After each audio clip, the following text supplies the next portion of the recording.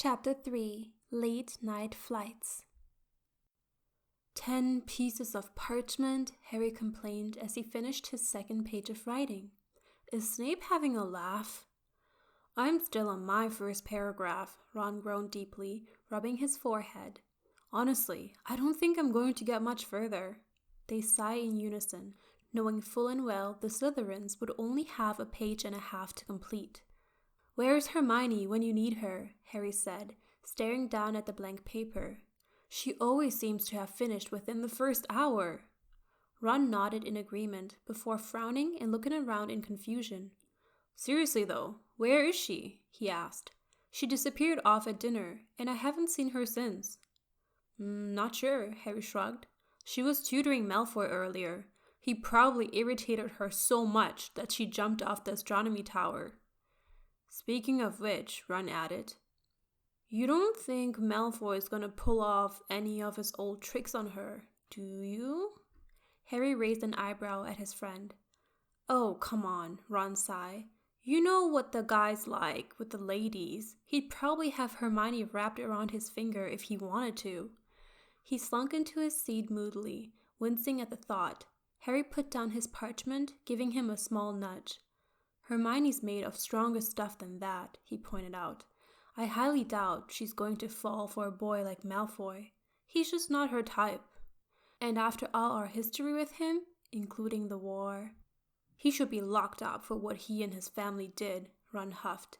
The fact that I still have to see him every day is insulting. Harry looked uncomfortable. Come on, give the guy a break. I know he's still an idiot, but it wasn't exactly his doing. Ron gave him a skeptical glance, and Harry let out a sigh, shrugging. I just mean he didn't really have a choice. But he hasn't changed one bit since the war, Ron muttered. It's not like he's trying to redeem himself. I expect he's putting up a front, Harry said. We've been sworn enemies since day one. Maybe he's worried he'll look foolish if he tries to be civil. Ron looked at the floor. Whatever, I just don't like the idea of Hermione being around him so much. Harry frowned. You're not jealous, are you? Why would I be jealous of that bastard? Ron scoffed, his grip tightening around his quill. Like you said, she'd never go for him. Harry raised an eyebrow. Why are you so worried over Malfoy? I thought you were sure she was into you. Ron shrugged. Ever since he'd seen Hermione all jealous over his relationship with Lavender, he'd been certain about her feelings for him. Ron Weasley was a pretty confident guy, but suddenly he was having his doubts. I'm not worried, Ron lied. As long as Malfoy keeps out of it, everything will be fine. Why the hell did I agree to this? Hermione trudged cautiously across the school grounds, feeling the knot in her stomach tightening.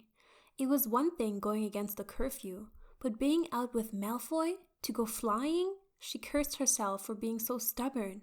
Now, because she refused to admit she was scared, she was stuck facing the consequences.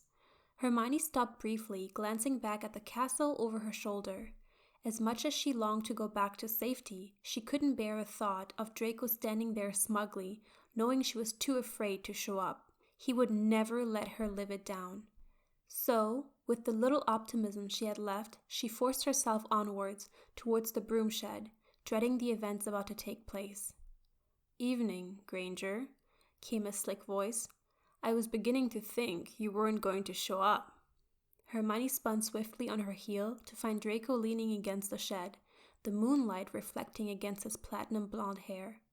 He was holding 2 brooms in his hand. One Hermione recognized as his own, and the other was significantly less impressive. She rolled her eyes, snatching the broom from his grasp. What's twisted your wand? Draco sneered. Did you bend the spine of your favorite textbook? I'd rather not be here, that's what, she shot back, watching a menacing grin spread across his face. Most girls would die to be out this late with me, so count yourself lucky, he said in a dark yet somewhat intoxicating drawl. But Hermione was having none of it.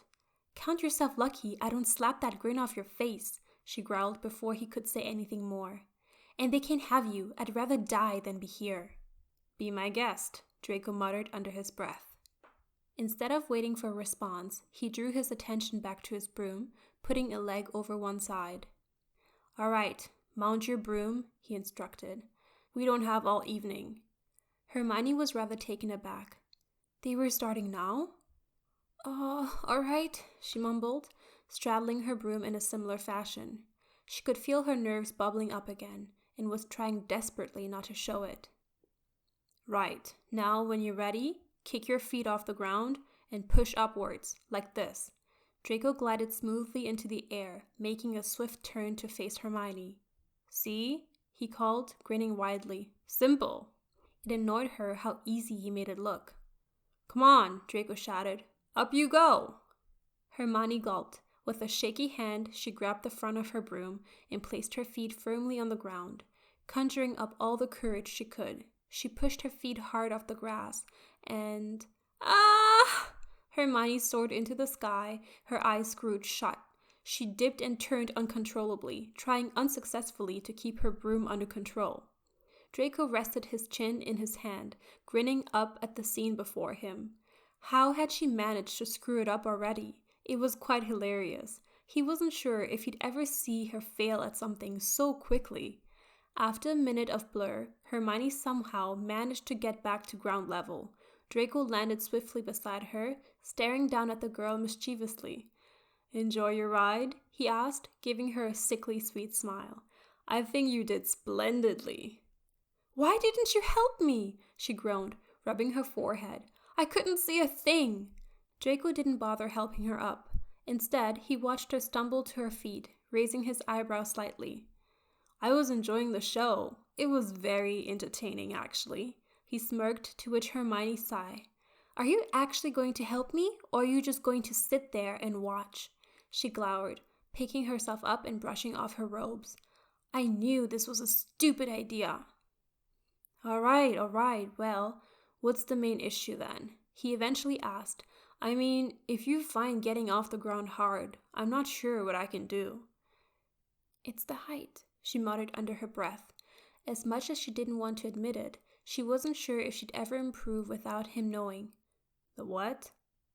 "The height." "Sorry?" "I'm afraid of heights, okay?" Hermione spat. "Happy now?" Draco could hardly believe his ears. Placing a hand on his waist, he grinned. "Hermione, good at everything, Granger, afraid of heights?" he exclaimed. "Fancy that!" "Will you shut up, or is your mouth permanently spouting out rubbish?" Draco decided to ignore her, his eyes lighting up with an idea. "Why don't you come on the back of my broom for a ride then?" he suggested. "You know, to get used to the height or whatever." The boy had to stop himself from grinning. Once she was on his broom, he could go as fast as he'd like, and there was no way of her getting down. Not only could he show her up on how good his flying was, her reaction would be priceless. Hermione blinked. "Ride on your broom? With you? At the same time?" "That's what it means, Granger," he sneered. "Merlin, you're really not living up to your title today." Hermione rolled her eyes and hopped onto the back, deciding it was best not to ask. Showing any signs of fear was probably not a good idea at this point. "Ready?" he called over his shoulder. "Wait!" But before she could finish her sentence, she felt herself catapulting into the air at full speed. Hermione let out a yelp of surprise as they rocketed through the sky, instinctively grabbing onto his sides. "Malfoy!" "You're gonna break me in half if you don't let go," he shouted, laughing a little at her fearful groans. "Slow down then!" she yelled like a banshee. "Bloody hell, slow down!" Eventually, he brought the broom back down to the ground level, letting Hermione catch her breath. Draco looked over his shoulder in amusement at the flushed, panting girl, shaking his head. "What?" she breathed. Draco's grin grew wider, and slowly her gaze followed down to where her arms remained tightly around his waist. Instantly, she snatched them away, turning even redder. "Hard to keep your hands off, Granger?" he teased. "You do know we've landed, right?" "It was either that or I fell to my death, Malfoy. Are you seriously that shallow?" she huffed, looking away. But before Draco could reply, the sound of muffled voices became audible to the pair. They looked around frantically, spotting 2 figures approaching the grounds. "Prefects," Draco cursed. "I should have known they'd be prowling around." Hermione's already raised pulse increased as she looked fearfully at the approaching figures. This was bad. "The shed," Hermione hissed, grabbing Draco aggressively and yanking him behind it. "Penelope, over here!" came a low male voice. "I think I found something." Hermione groaned quietly, recognizing the voice immediately. "It's Percy," she mouthed to Draco, whose eyebrows shot up. "Why is he here?" he hissed back. "He's working part-time. I think he agreed to help out with the prefects," she whispered before holding a finger to her lips. "What did you find?" Penelope called, walking beside him. "There's 2 brooms in the middle of the field," he frowned, looking around skeptically. He picked up one and examined it carefully, tracing a finger along its length. "It's a Nimbus 2001. I expect it belongs to someone on the Slytherin Quidditch team." Percy glanced over at the shed, and then at the broom with a furrowed brow. Why would someone leave their broom outside, and when the shed is only a few meters away? He began walking slowly towards the shed, and Hermione could only watch in horror. "Unless," Percy murmured to himself, "they were in a rush to get away." But just as he was about to turn the corner, Penelope tugged him firmly by the sleeve. "Come on, Percy, they probably just forgot or something," she complained, yawning. "It's getting late. Just let it go." Percy Weasley took one more glance around before nodding and following back to the castle. "Weasleys," Draco sneered as he emerged from behind the shed, placing the brooms back inside. Hermione watched silently, still keeping an ear out for any more people. "I think it's all clear." "Good." "Good." For a moment, the 2 stood in silence, staring at each other oddly. "Well, thanks, I guess," Hermione said awkwardly, breaking the silence. "Even if I didn't really learn much, and you almost killed me." "Don't mention it," Draco replied bluntly. "But seriously, don't. It could damage my reputation." Hermione shook her head. "You're honestly the most self-absorbed person I know," she sighed, crossing her arms over her front. "Everything's always about you," Draco smirked. "What can I say? I'm an interesting person." "You're ridiculous," Hermione scoffed. "Delusional, even." "Did I mention I'm an extremely attractive person, too?" "Good night, Malfoy," she replied with an eye roll.